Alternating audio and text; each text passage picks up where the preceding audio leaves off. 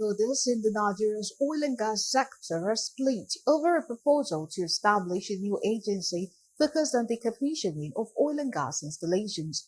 At a recent session chaired by Honorable Alazan Adodogua, chairman of the House Committee on Petroleum Resources Upstream, lawmakers and regulators debated the merits of the proposed National Commission for the Decommissioning of Oil and Gas Installation.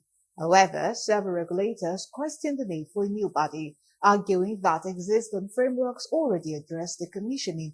Mark Emanuel, director of the Nigerian Upstream Regulatory Commission, said that the Petroleum Industry Act (PIA) outlines clear decommissioning responsibilities and funding structure for oil companies. Director of Environmental Assessments Department, Ministry of Environment, Rafikat Odetolo, shared similar views, suggesting that agencies like NOSDRA be strengthened instead of creating new structures.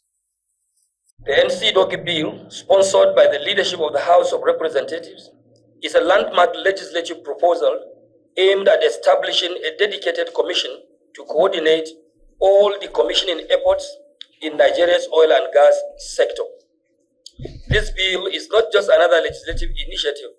It is a leadership bill designed to ensure that Nigeria meets globally accepted standards of decommissioning process. DPR, or now NUPRC, lacks capacity to enforce that position of the Act. You see, just like the chairman observed earlier, most members of the executive arms, agencies, run away from engagement with the parliament.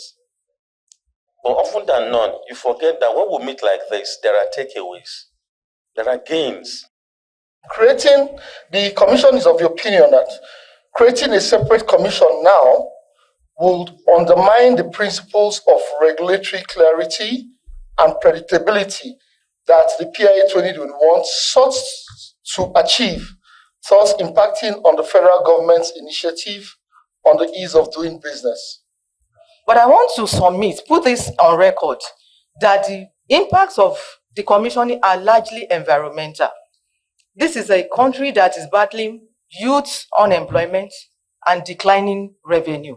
So we cannot afford to contaminate our environment, because our environment is our national asset. House should help strengthen the National Oil Spill Detection and Response Agency to further carry out its statutory mandate. You know, part of the issues we have had is sometimes we're not notified when these decommissioning activities are being carried out to play our role.